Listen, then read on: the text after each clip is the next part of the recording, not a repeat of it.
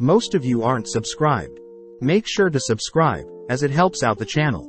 Without further ado, our story starts with our group of heroes, heading to the royal capital, all wondering what types of celebrations are happening in town. The hero wonders what types of jobs they'll have in the future, especially because the Demon King is now defeated, prompting the priest to wonder if he can find a job where he can drink. The hero turns to the elf, Frieren, asking Frieren how she'll spend her life, especially since elven lives are very long. As the hero's party march through town, they are praised and celebrated, only to stand before the king, who acknowledges their party to house Himmel the hero, Isen the warrior, Heider the priest and Frieren the mage. Thanking the heroes for slaying the Demon King, we cut to that night where the town is celebrating their newfound peace, cutting to Himmel, who tells everyone that there will be statues of them erected. As Frieren mocks the town for only giving them 10 copper coins when they first started their adventure, Heider states that everything is now behind them and instead they should celebrate. As the gang gaze off into the night sky, they all acknowledge that it's been 10 years since they started adventuring, reminiscing on their first day, where Himmel and Isen were almost executed for bad-mouthing the king. They also remember times when Heider would get so drunk during their adventures and Frieren would constantly fall for the most basic of traps, all erupting into laughter for only remembering bad memories. Taking a breath, Himmel thanks everyone for the 10 years they spent together, but Frieren wonders what's so amazing about 10 years, reminded that 10 years by human standards is a long time. Just then, they all turn to face the night sky, spotting the air a meteor shower that only occurs once every 50 years. As the gang bicker about not getting to see the full beauty of the meteor shower from the city, Frieren utters that she'll take them to a better location next time they see it, making Himmel chuckle, grateful for the memories. The next morning, the party bid goodbye to Frieren, who plans on exploring the central lands to collect and learn more spells. As Frieren leaves, the others wonder how old Frieren truly is, cutting to several years later when Frieren has explored different locations, learned many new things, and has achieved many new goals. When Frieren visits a shopkeeper asking for a shadow dragon's horn, the shopkeeper states that shadow dragons haven't been alive for around 20 to 30 years, disappointing as Frieren needs a shadow dragon horn for her experiments. Frieren remembers that Himmel collected a shadow dragon horn in the Demon King castle, reasoning that she'll visit to watch the meteor shower with everyone whilst also collecting the shadow dragon horn. As Frieren walks through the capital, she's amazed to see everything has changed over the years, hearing Himmel's voice, but as she turns around, Frieren realizes that Himmel has grown quite old. Himmel states that it's been 50 years, both sitting down, only for Frieren to ask about the dragon horn. Remembering the memories from collecting the horn, Himmel happily gives Frieren the horn, telling Frieren that although she doesn't treasure the dragon's horn as much, Himmel himself never forgot the time spent collecting the horn. As Frieren heads outside to deliver the horn, she wonders what's the big deal about a lousy dragon's horn, only to head inside, asking Himmel to head out for the meteor shower. As they leave town, Frieren greets Isen and Heider, who are amazed to see Frieren hasn't aged one bit, but Frieren is still against Heider patting her head. Frieren praises Isen for seeming the same since they last met, something they all know is due to Isen's dwarf heritage.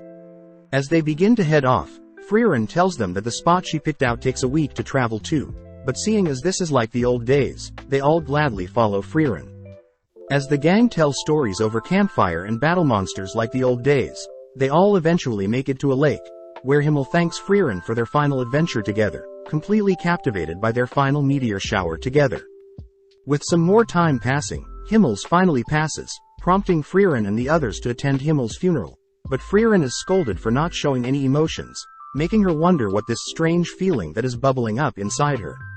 As the day proceeds, Frieren begins reminiscing on her time with Himmel, all whilst watching his casket be buried, only to break down crying, regretting not spending more time to get to know Himmel better. A few days afterwards, Heider reveals that he'll be heading back to the Holy City, getting one last look at Frieren as Heider states he'll probably pass away soon due to all the drinking. As Heider bids Isen and Frieren farewell, Frieren reveals that she will be starting her new exploration into humans, asking Isen to accompany her on her new journey, but Isen reveals that he too has grown old, asking Frieren to not to look so sad. Seeing as there is nothing left, Frieren bids Isen farewell, both heading in the opposite directions, only to cut to 20 years after Himmel's passing, where Frieren is lost in the forest outside the Holy City. Just then a young girl appears, asking if Frieren is lost, but when Frieren asks to know where Heider lives, the young girl takes Frieren to Heider's home. Happy to hear that Heider is still alive, Heider admits that it wasn't too easy to pass away, happy to hear that Frieren has brought some alcohol for his grave, but Heider reveals he had stopped drinking ages ago. Seeing the adorable girl serve herself and Heider some tea, Frieren learns the girl's name is Fern, a war orphan from the southern lands. Frieren finds it unusual for Heider to adopt Himmel's kindness, but Heider is more curious as to why Frieren is visiting him, pleased to hear that Frieren just so happened to be visiting whilst on her adventure to learn more about humans. Pleased to hear this, Heider asks if Frieren would be willing to take Fern as her apprentice mage, but Frieren is sternly against this, reminding Heider how easy it is for apprentice mages to pass away during battle. Understanding of Frieren's decision, Heider gives Frieren an ancient grimoire from the tomb of Uig the Sage, a book meant to contain lost spells for resurrection and immortality. Amazed that such a grimoire still existed, Frieren states that it'll take at least 5 to 6 years to decipher the text, but upon hearing this Heider reveals that he is indeed quite afraid of dying, asking for Frieren to give him the slightest hope for immortality. As repayment for the grimoire, Frieren agrees to teach Fern some spells, cutting to later that day where Frieren had finally managed to track down Fern waiting for her on the cliff of a forest, impressed that Fern is able to conceal her mana so well. Fern states that Heider will give Fern the title of mage if Fern manages to blast a hole in a boulder across from them, something Frieren praises Heider for setting Fern. Out of nowhere, Fern conjures a powerful beam of magic, but the beam falls short of reaching the boulder, giving Frieren some motivation to teach Fern, happy to hear that Fern likes magic just like herself. Taking Fern to a nearby waterfall, Frieren tells Fern that long-range magic consists of 3 key factors, these being mana capacity, strength of firing the spell and the level of the mage itself. When Fern confirms she knows this already, Frieren states that Fern's spell falling short means Fern is lacking in mana firing strength, something Fern will need to spend time on. Seeing Fern upset, Frieren reminds Fern that her magic control is still very high, something very unique especially for such a young age.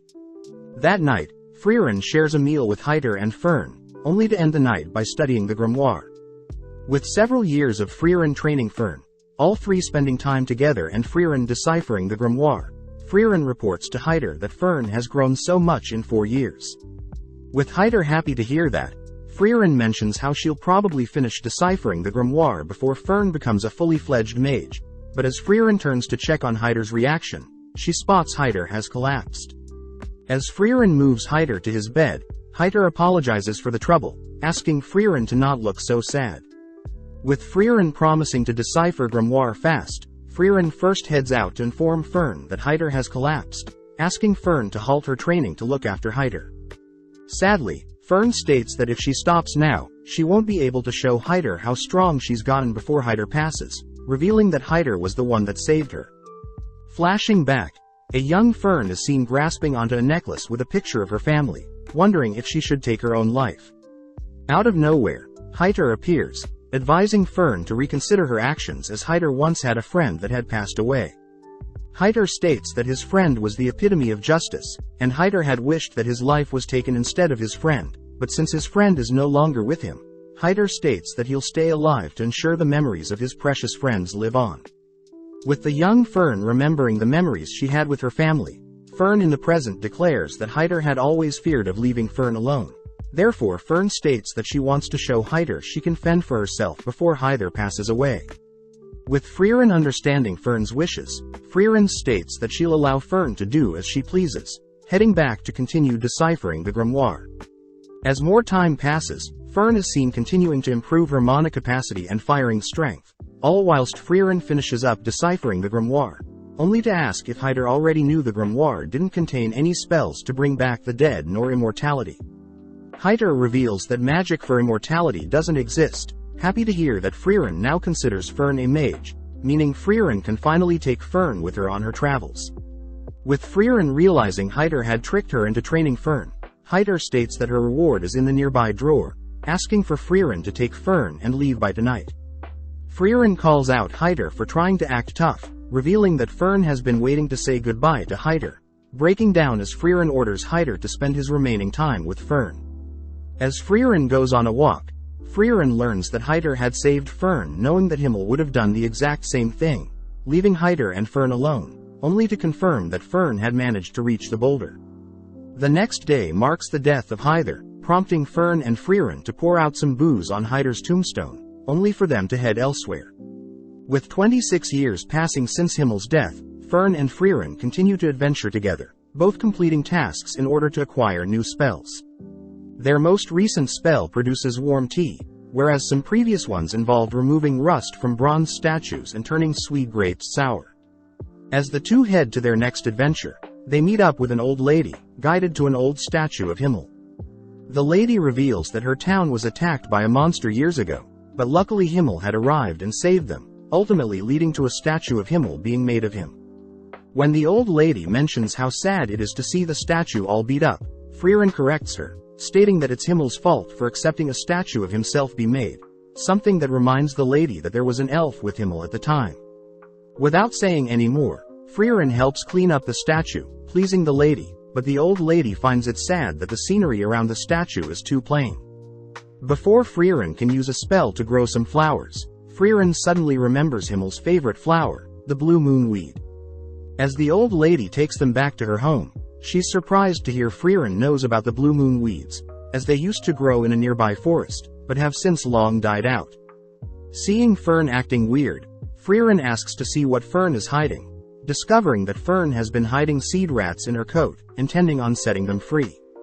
With both girls heading out, Frieren states that they'll be heading to the nearby forest in hopes of finding some blue moon weeds, something Frieren acknowledges is for her own selfish desires.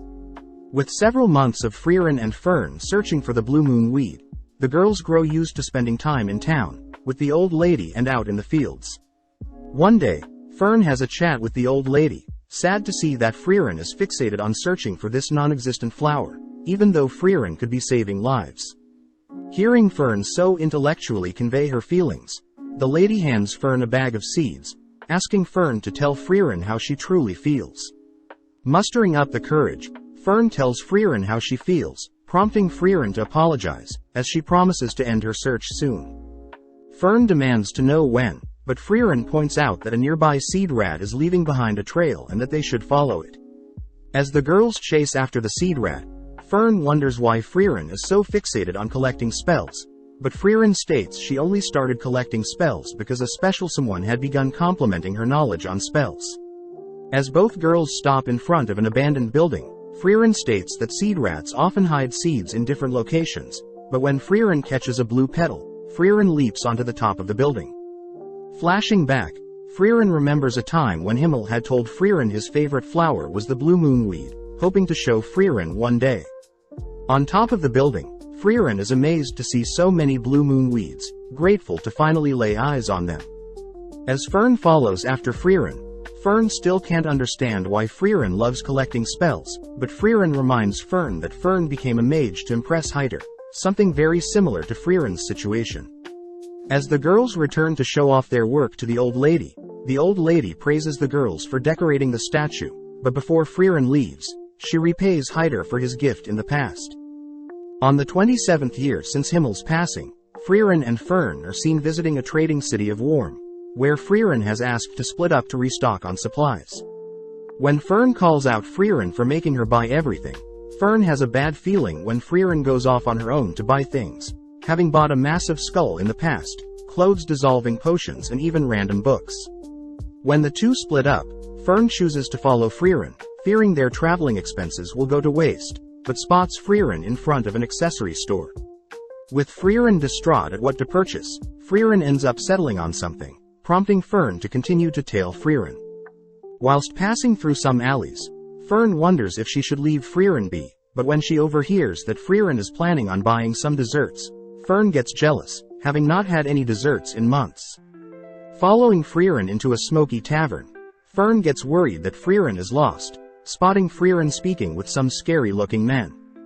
As Frieren leaves the tavern, Fern notices that she's heading back to the inn, rushing to finish off her duties, only to apologize for finishing shopping so late. Brushing that aside, Frieren takes Fern to the recommended dessert store, allowing Fern to buy whatever dessert she wants, revealing that she had been saving up money to treat Fern and herself. When Fern asks what Frieren would like, Fern states that she already knows Frieren wants Merker pudding, reminding Frieren of her time with the heroes, where Himmel had mentioned that he knows Frieren's favorite dessert is the Merker pudding. When Frieren feels bad for not knowing much about the others, Himmel mentions his favorite food is an omelette. Aizen's favorite food are sour grapes and Heider simply loves alcohol. As Fern digs into her dessert, Frieren apologizes for not knowing more about Fern, handing Fern a gift, pleasing Fern as Frieren remembered Fern's birthday. Fern smiles upon receiving a hair ornament, telling Frieren that it's enough of a birthday gift that Frieren remembered her birthday, confusing Frieren. The next day, the two leave the city, but as Fern walks alongside Frieren with her new hair ornament, Fern asks what the end goal of their adventures are. Frieren simply states that she's simply collecting as many spells as possible, but she does want to retrace her memories with the hero party, something Fern is curious about. When Fern walks beside Frieren, Frieren realizes that Fern is now 16 and taller than her, but gets jealous at how Fern has already outgrown her in other areas. In the forest of Grobe, Frieren is seen testing out Fern's defensive spells, pointing out how the gaps in Fern's barrier will be the downfall. When Frieren fires multiple projectiles, Fern manages to block with a simple barrier around her body, but ultimately runs out of mana. As the two continue through the forest, Frieren reminds Fern that defensive magic is powerful, but it depletes mana very fast, therefore it's best to only cast barriers at the points of impact. As they both cross a river, Fern states that she simply needs to master a single defensive spell, but Frieren scolds her for not reading the book she gave her, as magic theory is just as important as practical applications. Finally arriving at a village, Fern wonders what spells Frieren intends to collect at the village, but Frieren states that she's here for other reasons. Upon approaching some villagers, a village elder immediately recognizes Frieren's white elven hair, leading Frieren to where Qual was sealed. Along the way, Frieren tells Fern that Qual is the Elder Sage of Corruption, a demon that terrorized people for 80 years, up until Himmel and his party sealed him. When Frieren wonders how the Elder knew who she was, the Elder reveals that Himmel would always visit up until his passing, but spoke highly of Frieren, stating that she would take over and watch the seal when Himmel's was gone. Upon arriving at Qual's seal, Frieren confirms that the seal is indeed weakening, but Frieren will break the seal and defeat Qual the next day. With Fern and Frieren staying the night, Fern deduces that Frieren was the one that sealed Qual, wondering why the heroes choose to seal the demon. Frieren reveals that their party were unable to defeat the demon, as Qual was a powerful mage, having invented the Zoltrak piercing spell, first of its kind that could pierce any sort of defense and destroy the target's body. Legend says that 40% of adventurers and 70% of mages were defeated by that single spell, but hearing something so powerful, Fern wonders how Qual can be defeated, but Frieren reveals such a powerful spell has its downsides. When Fern continues to ask more questions, Frieren scolds Fern for not reading the book she gave her, stating that Fern will have her questions answered tomorrow. With the big day arriving, the two girls stand before Qual, only for Frieren to warn Fern to be on guard, all whilst Frieren lifts Qual's seal. Glad to be free, Qual learns that he's been sealed for 80 years and that the Demon King had been defeated in his absence. Annoyed, Qual proceeds to cast his Zoltrak, prompting Frieren to instruct Fern to erect a barrier, but when the dust clears, Fern's barrier manages to easily block Qual's killing spell. With Fern demanding to know why her basic barrier was able to block such a deadly spell, Frieren reveals that ever since Qual was sealed away, all of humankind had dedicated resources to studying and defending against the killing spell. After a few years, the humans incorporated said spells into their systems, and as a result all types of defense magic were improved thanks to Qual. Amazed at what the humans were able to develop in the 80 years that he was sealed, Qual analyzes Fern's barrier, noting how the barrier changes depending on the type of offensive magic, meaning the spell consumes a huge amount of mana. As Qual erupts with power, Frieren orders Fern to protect both of them as efficiently as possible, prompting Fern to erect barriers only in the location of Qual's projectiles. Unleashing a massive beam of magic, Qual is impressed that Fern is still able to block his overwhelming magic, but spots Frieren is now floating in the sky, helplessly watching as Frieren casts her own Zoltrak killing spell. As Qual begins to disappear, Frieren and Fern head back to the village where Frieren is thanked by the village elder, grateful that they can now live in peace. When the elder hands Frieren his hat, Frieren recognizes the elder as the cheeky brat that flipped her skirt when they first sealed Qual. As the girls leave by carriage, Fern is seen finally reading the book Frieren gave her, but Frieren is glad that she could fulfill Himmel's trust and bring peace to the village once and for all. With the girls heading over to the Grants Channel, Frieren is sad to see the beach is littered with debris. Unfortunate, as the nearby village used to all clean the beach, but now there isn't enough manpower to tidy up the beach. The village elder requests that Frieren clean up the beach, handing Frieren a grimoire belonging to the legendary mage Flom, but Fern notices something suspicious. As Frieren accepts the offer, the elder leaves for now, but Fern states that she believes the grimoire is fake, something that Frieren already knows. Frieren is happy to see that Fern has been studying, revealing almost all books about Flom are usually fakes, but Frieren states that she needed an excuse to help return the beach to its former beauty. Skipping ahead to when snow has begun to fall, Fern is seen visiting a local bakery, chatting with the shopkeeper as Fern has been frequently purchasing bread from the bakery in the past 3 months. With Fern noting how it's already winter, Fern returns to a messy room, disappointed as Frieren is still asleep. As Frieren struggles to leave bed, Fern is forced to help change, dress and feed Frieren, dragging the sleepy elf through town and towards the beach. As the girls begin cleaning the beach, Fern points out how sloppy Frieren is, having been forced to take care of Frieren as if she were Frieren's mother. Fern wonders how Frieren behaved during her time with the hero party, but Frieren mentions how they were all very okay with Frieren oversleeping, but Frieren did get scolded once. With Fern curious to know more, the girls wrap up the day with a big fire using the debris, only to enjoy a nice dinner, reporting to the elder that they only have 1/3 of the job left. The elder wonders if the girl will be done by the New Year's festival, something Frieren says will be possible, but when the elder mentions how Frieren can finally join them for watching the sunset this time, Frieren acts awfully cold. The next day, Fern asks if the reason Frieren wanted to clean the beach was related to the festival, learning that every New Year, the villagers would watch the sunrise. Frieren mentions how the beach is meant to beautifully reflect the sunrise, but admits that she never woke up early enough to actually watch the sunrise. With more time passing by, Fern continues to nurture our poor Frieren out of bed, both exploring the wrecked ships, discovering hidden gems, only to officially clean the beach of all debris. Completely mesmerized by the beach's beauty, the elder asks if Frieren will be joining them for the sunrise this year, shocking Fern when Frieren agrees to wake up early to see the sunrise. Fern wonders if Frieren will be able to wake up in time for the sunrise, but Frieren states that she'll simply stay up all night, and that she wants to see what's so amazing about this sunrise. As Frieren stays up that night, she thinks about a time when Himmel had scolded Frieren for sleeping in and missed the New Year's sunrise in the same village, confused as to why a mere sunrise would cause Himmel to be so upset they didn't get to see it together. Sadly, during the morning, Fern realized that Frieren is fast asleep, forced to drag Frieren out of bed, fearing that they'll miss the sunset. With both girls staring out into the horizon, Frieren notes how there is nothing special about the sunrise, but upon seeing that Fern is mesmerized by the sunrise's beauty, Frieren admits that Himmel was right, as she's enjoying the sunrise with Fern. Flashing back, we see Frieren and the hero party visiting the graves of Eisen's family, learning that his village was attacked by demons. Heiter chooses to kneel before the graves, praying for their souls to go to heaven, but Eisen mentions how he doesn't believe in the afterlife, prompting Frieren to reveal that thousands of years ago everyone believed there was no afterlife, but since magic can't observe where souls go, it's hard to define what is truth and what isn't. Heiter states that since there is no actual proof for either side, Heiter likes to think there is a heaven. That way the people that are doing good for the world can at least pass believing that their life was worth it. With the hero party joining Heiter in praying for Eisen's family, we cut to the present where Eisen is once again praying for his family, currently located in the Bread region. Out of nowhere, Frieren calls out to Eisen, weird as they haven't spoken to each other ever since Himmels passed away 30 years ago.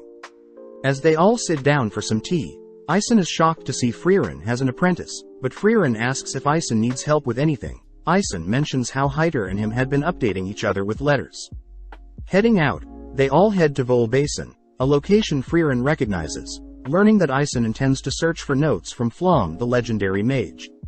When Frieren reminds Eisen that most records on Flom are fake, Ison reveals that Hyder and figured out the general location of Flom's true notes, based on records from the Holy City. With Frieren convinced, they all agree to start looking for a massive tree, but upon seeing Fern disappointed, Frieren states that they should hurry, surprising Ison as Frieren never cared for anyone else's time.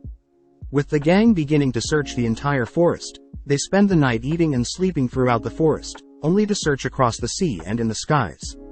One day, Fern states that she has found a massive tree near some ruins, all beginning to head towards the tree, but Frieren uses the opportunity to ask Ison why he's searching for Flom's notes.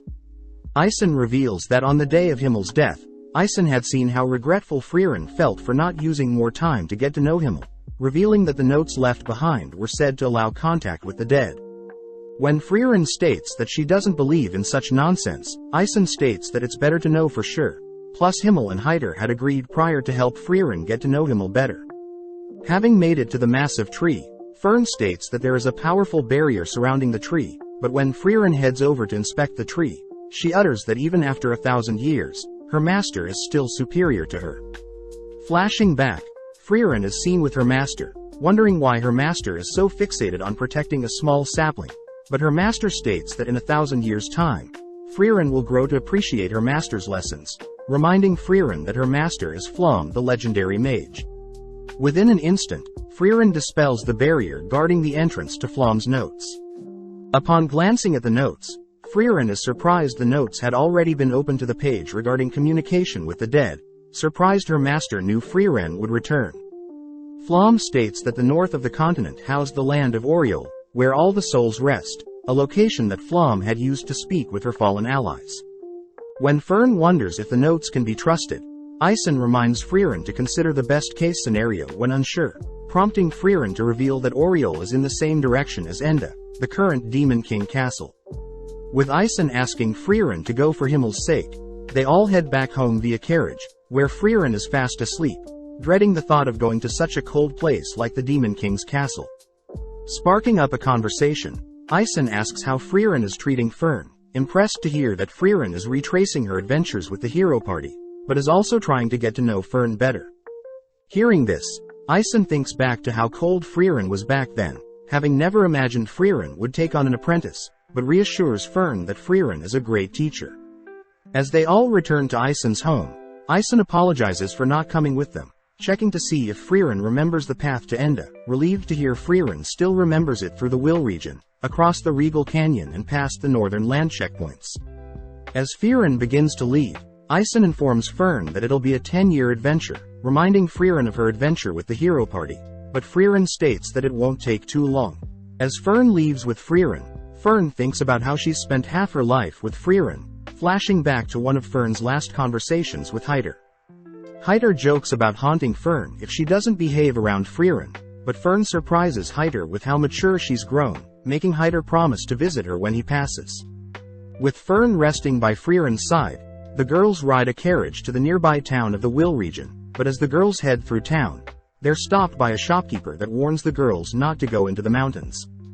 The shopkeeper says there are rumors of ghosts taking people away, but when Frieren gets curious about what type of ghosts, the girls head around town asking for everyone's stories. Apparently, the townsfolk saw ghosts of their departed family in the mountains, with some people saying that the ghosts spoke. When Fern wonders if the work of undeads, Frieren states that undeads wouldn't appear as ghosts as undeads normally appear in the form of rotting corpses or skeletons. With the girls heading to the rooms, Fern notes how Frieren probably knows what is causing the ghosts to appear in the mountains, but is cut off when Frieren states that they'll only be staying for a single night in town. Fern demands that Frieren help out the villagers, but seeing Fern so serious about helping the villagers, Frieren agrees to help. As both girls head into the mountains, they explore the locations of said disappearances, where Frieren quizzes Fern on what type of magic created the ghosts, satisfied to hear Fern believes it's illusion magic. Heading deeper into the mountains, Fern briefly remembers a monster that used illusion magic to hunt its prey, a monster Frieren states is the AnimeSummaries. The AnimeSummaries usually uses illusion magic, creating phantoms of people's loved ones to lure them in only to devour the targets. Luckily, Frieren mentions how the AnimeSummaries illusion magic can be easily destroyed by a mage's projectile, but warns Frieren that it may be difficult, as Frieren had to destroy the illusions of her master begging for her life. Upon entering a misty forest, Frieren orders Frieren to prepare for the worst, only for Frieren to spot an illusion of Hyder in the distance. Preparing to destroy the illusion, Frieren suddenly hears Hyder speak fondly of her, realizing the monster is using Frieren's memories to put Frieren at ease. When Frieren tries to help Frieren out, Frieren suddenly spots an illusion of Himmel, surprised as she was expecting an illusion of her master. Wondering if she has changed, Frieren nonchalantly destroys Himmel's illusion, clearing the misty forest and revealing the Einsam to Frieren, prompting Frieren to disintegrate Hyder's illusion and the monster. As Frieren reassures Frieren that Hyder won't be mad that Frieren struck an illusion of him, the girls head into the Regal Canyon, spotting a massive crimson dragon along with its nest, where Frieren spots the grimoire she's been looking for. Frieren states that dragons use magic-infused items to build their nest, asking Frieren to take out the solar dragon, but when Frieren conjures a powerful spell, her spell simply deflects off the dragon's thick exterior. With the dragon now awake, Frieren cries that they should flee, forcing Frieren to lure away the dragon, but having barely managed to lose the dragon, Frieren cries that as mages they will have a hard time defeating the dragon. Frieren acknowledges Frieren's cries. Frieren states that they'll need some help, flashing back to when Frieren and Aizen were camping out in the forest. Aizen states that he has an apprentice of his own by the name of Stark, stating that he'll be a great frontliner for Frieren's adventures and that Stark lives in the village near the Regal Canyon. As the girls visit the nearby town, they wonder why the villagers aren't more afraid of the nearby dragon, but Frieren asks why Frieren wants grimoire so badly.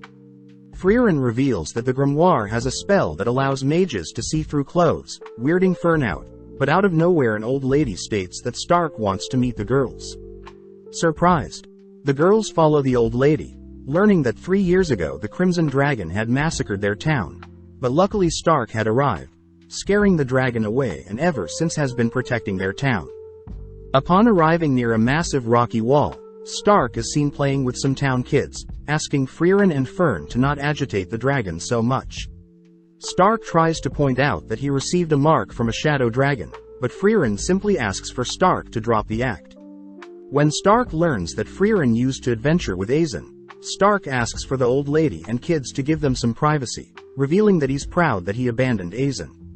Frieren asks why Stark doesn't just slay the dragon, but Stark wants to know why the girls are here, learning that they've come to recruit Stark and also want the grimoire in the dragon's nest.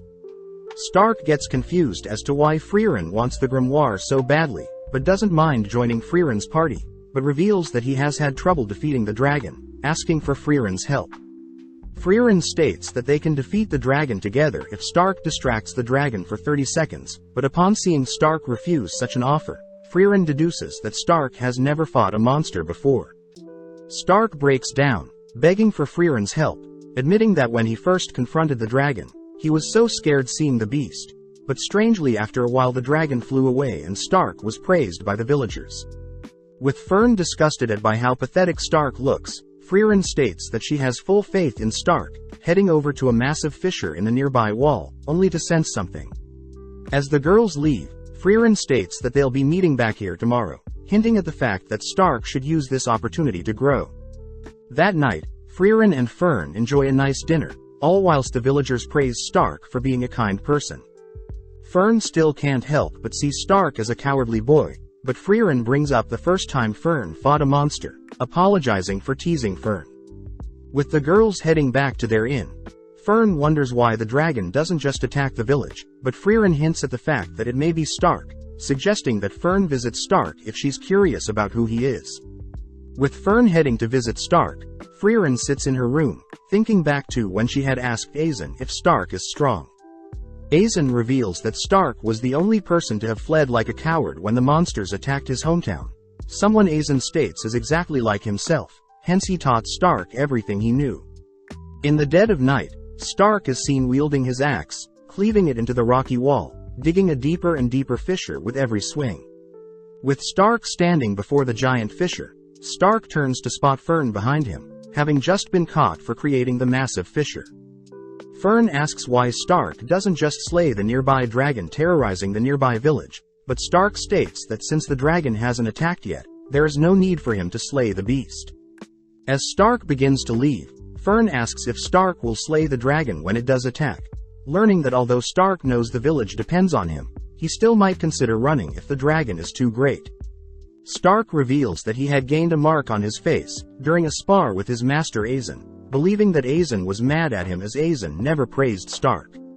Leaning in to inspect Stark's hand, Fern concludes that Stark would never run from a fight, confusing Stark as he wonders how Fern would know. Fern reveals that on her first battle with a deadly monster, Fern had begun to flee in terror, but when she realized Frieren wouldn't help her, Fern had no choice but to steel her resolve and fight. Fern states that although Stark is a coward, she believes Stark will rise to the challenge to protect the village when the time comes, something that makes Stark think about Azen. Fern is seen reporting her chat with Stark to Frieren, but when Frieren heads to the fissure to look for Stark, she's disappointed to see that Stark has fled the scene. When Frieren states that they'll be slaying the dragon instead, Fern refuses to leave the safety of a nearby tree, but out of nowhere Stark appears, asking if he only needs to distract the dragon for 30 seconds. Stark states that if he were to pass away during the battle, Stark asks for Frieren to guarantee the dragon is slayed, confusing Frieren as to why Stark is willing to give his life for the safety of the village. Stark reminds Frieren that he lived in the village for 3 years, cutting to later that day where the three are now standing before the red dragon, prompting Frieren to tease Stark for shaking out of fear. Frieren reveals that Azen showed the same fear before a great fight, as Azen would embrace the fear, something Frieren sees in Stark. Hearing that his master also would fear his battles, Stark marches into the range of the dragon, but Frieren notes that the dragon is being cautious as to not attack due to the enemy it's facing. As the dragon unleashes its fiery breath, Stark begins making his way towards the dragon, ducking and weaving until he's able to close the distance between himself and the beast. Flashing back, Frieren asks why Azen had hit Stark during their last spar, but Azen reveals that he feels terrible for hitting his student, but in that moment Azen had sensed immense power from Stark, even beginning to shake. As Frieren watches Stark shatter the claws of the dragon, Stark chooses to stay close to the dragon, grabbing onto it as it takes off. Being flung into the air, Stark senses that the dragon is lining up another breath of fire, gripping his axe, only to cleave the dragon into the ground. Seeing an opening, Stark cries for Fern and Frieren to finish off the dragon, but Frieren stops Fern from making a move, declaring that Stark had soloed the dragon. Shocked at his own power, Frieren rushes to congratulate Stark on his first battle, but more importantly Frieren is excited to steal all the loot in the dragon's nest. Seeing Frieren fixated on the random items, Stark mentions how Azen would always talk about how Frieren made their hero's journey ridiculous and fun, cutting back to a time when Frieren had decided to make shaved ice in a dungeon. Azen had grown annoyed as they were wasting so much time, but Himmel reminds Azen that they have all the time in the world, so they should enjoy the journey as they go. As the three return to tell the village the good news, they all begin heading out, only to try out the grimoire. Fern uses the spell to see through Stark's clothes, disgusted that he's so small, but Stark states that he'll be joining Frieren and Fern on their future journeys. In the fortress city of Wall located in the Regal Canyon, Frieren and gang are refused entry towards one of the northern checkpoints by the guard, hearing that monsters are more active than ever. As the guard heads to chat with the Castellan, they warn the gang not to cause trouble in the town, but Frieren is perfectly okay with staying in town, planning on exploring the magic shops in town. Seeing Fern's cold glare, Frieren states that she'll head over to book them a room, but when Stark offers to get food with Fern's glare sends Stark in search of food alone. Now alone, Fern overhears that the Northern Army plans to defeat the enemies in 2 years, meaning their checkpoint won't be open for another 2 years. Cutting to Stark, he has entered a familiar tavern, served the Jumbo Berry special dessert, confused as he used to split the dessert with Azen, but now the dessert looks so small. Stark notes how he has gotten bigger, having saw his master's broad shoulder as something to admire, but after some time he outgrew his master.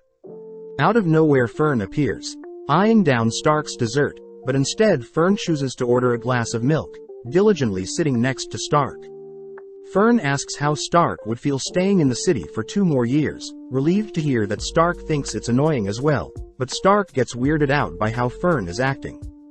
Heading outside to assess the walls, Stark asks if they could simply fly over the gates, but Fern reminds Stark that a barrier has been erected to prevent flying monsters from entering. With no other choice, they head over to the Merchants Guild, but are sad to learn that all trades towards the northern land have been shut down, meaning that they can't sneak out via that way either. Coming up with another idea, the two decide to visit the Black Market and Thieves Guild, using Stark's connections and demeanor to find a solution, but sadly there is still nothing that can be done. As the two stand above the walls overlooking the view, Fern wonders why Stark is being so cooperative, deducing that Stark has an ulterior motive to leave the walls, but Stark simply utters that he's running out of time. Stark mentions how Aizen visited this exact location when he was younger, telling Stark stories about how he visited the northern lands with his hero party, enjoying every second of the 10-year journey. Stark reveals that he intends on having a great journey with Fern and Frieren, promising to return and repay Aizen with stories of his own before Aizen passes. As both return to town, Fern spots Frieren acting strange, cornering Frieren in an alley only to learn that the town's guards are looking for Frieren. Out of nowhere, the same guard at the checkpoint kneels to apologize to Frieren, prompting the Castellan of the city to apologize as well for his guard being so rude to Frieren. When Frieren reassures the Castellan that she wasn't offended, the Castellan believes that Frieren is here to slay the remnants of the Demon Lord's army, allowing Frieren through the checkpoint, but this disappoints Frieren. With a massive celebration acknowledging Frieren and her party's departure, Frieren mentions how she never liked the outlandish welcomes and departures. Stark wonders if this is how Aizen felt, making Frieren suddenly remember a similar time when she departed with the hero party, curious as to what parallels will arise next. Flashing back, Frieren is seen walking amongst her hero party, all discussing the validity of Flamm's grimoire, especially with the countless fakes and imitations that exist. Waking up early, Frieren spots Stark and Fern making breakfast, shocking Frieren as this is a rare scenario. Later that day on Enge Road, the gang were tasked with clearing a path for a merchant, grateful as the road had been blocked off due to a landslide. When Stark sees Frieren's magic, he wonders why Frieren doesn't just carry the merchant's cart over with magic, but Fern is strongly against helping everyone, not just the single merchant. Taking a quick break, Stark thanks the merchant for the water, wondering what may have caused the landslide, surprised to hear that it must have been the skirmishes between the northern lands and the demons. Getting back to work, Fern requests that Stark help her out a bit, but Stark asks that Fern be more casual with him. But when Fern tries speaking with Stark more casually, Stark gets insulted, annoying Fern as they continue to work. With the road cleared, the merchant offers to lead the gang to the nearby village, amazed that he finally got to meet an elf. Frieren acknowledges that although elves live long lives, elves are slowly going extinct, as most don't intend on reproducing, with the most recent elf Frieren met being around 400 years ago.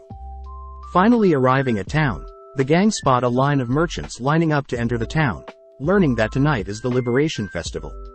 The festival is meant to commemorate the hero party ridding the area of demons, along with decorating the statues of the heroes in town.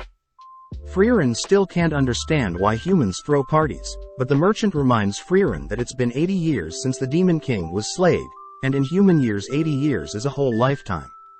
Flashing back, Frieren remembers a time when Himmel had requested that their statues be placed through various towns, annoying Frieren as she believed Himmel simply wanted to show off, but Himmel reveals that the statues are meant to remind Frieren of their adventures together as the hero party. That night, the gang stand among the crowd, watching as the hero party is celebrated, but the merchant does note how Frieren looks very similar to the elf statue. The next morning they continue their journey, heading to the Graf Granat's domain, where they notice an abundance of guards surveying the town. When Frieren wonders who should do the shopping, Frieren suddenly freezes, equipping her staff, only to state that she senses demons approaching. When some demons turn the nearby corner, they spot Frieren charging up a spell, but luckily a nearby knight tackles and stops Frieren from firing the spell. Approaching Frieren, the demon asks if Graf Granat had hired Frieren to attack him, but Graf states that he's not foolish enough to attack Lord Lugner out in the open, especially since Lugner is her seeking peace. Kneeling down, Lugner states that he senses Frieren's bloodlust-filled glare, shaming Frieren for looking at him as if he were a wild beast. Frieren fires back, stating that Lugner is simply using human speech to blend in and manipulate the humans, but having heard enough, Frieren is dragged away to be locked up. With Stark and Fern shocked at what just happened, They choose to visit Frieren, who is locked up in the dungeon under the mansion. Frieren states that she'll only be locked up for a measly 2 to 3 years, but Fern scolds Frieren for always wanting to waste time.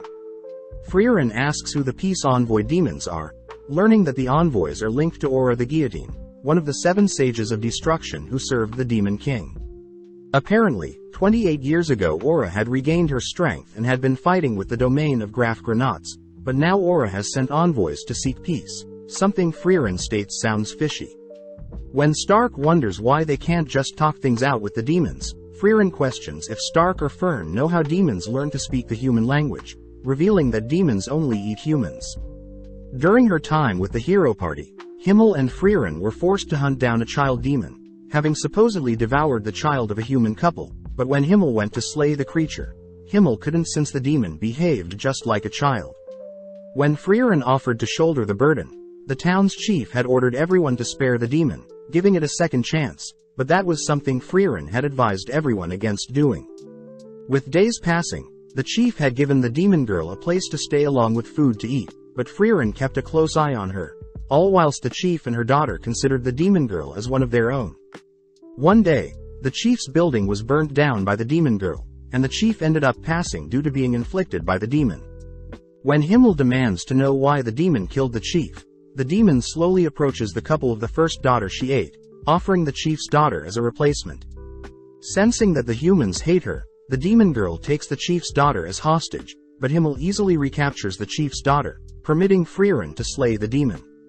When Frieren fires an incineration spell at the demon, Frieren states that demons don't have a sense of family, forced to live and roam alone since birth, but on that day Frieren learned that the demon girl had intentionally manipulated everyone knowing that she would get to live a little longer. Frieren states that Flom described monsters that can speak as demons, as they imitate human speech to lure other humans in, something Stark and Fern find disturbing. As Stark and Fern leave, we cut to Lugner, sitting in the mansion and waiting for a meeting with Graf. Lugner admits that Frieren was right about demons, curious as to where he recognizes Frieren from, stating that they demons will forever hunt down humans. As Frieren deduces that the town won't last too long, but at the same time Lugner and his followers enter Graf's son's bedroom, learning that Graf's son was gifted a sword by the king, but had passed away 10 years ago whilst fighting Aura. Raising his son's sword to Lugner's neck, Graf reveals that he has brought Lugner here to slaughter him, but upon glancing around the room, Lugner notices that Graf has been keeping his son's room clean for the past 10 years. Lugner reveals that the humans slayed his father, reminding Graf that they've come here to stop unnecessary bloodshed, ultimately convincing Graf and his knights to lower their blades. With Graf sending Lugner and his followers to the guest room, Lugner admits that he doesn't know what a father is, but has identified Graf as an empathetic man. Lugner states that he'll grow close to Graf and have him lower the town's defensive barrier, and only then will Lady Aura's forces conquer the town. Lugner suddenly notices Drott is missing, learning from Linny that Drott has disappeared to eliminate an obstacle, cutting to Drott entering the underground dungeons, slaying a guard only to enter Frieren's cell. Drott declares that he's here to kill Frieren, knowing that Frieren is the only loose end that can ruin their scheme, but Frieren warns Drott that she is stronger than Aura herself. Check out one of our other videos on the screen or in the info card above. Subscribe, like and comment.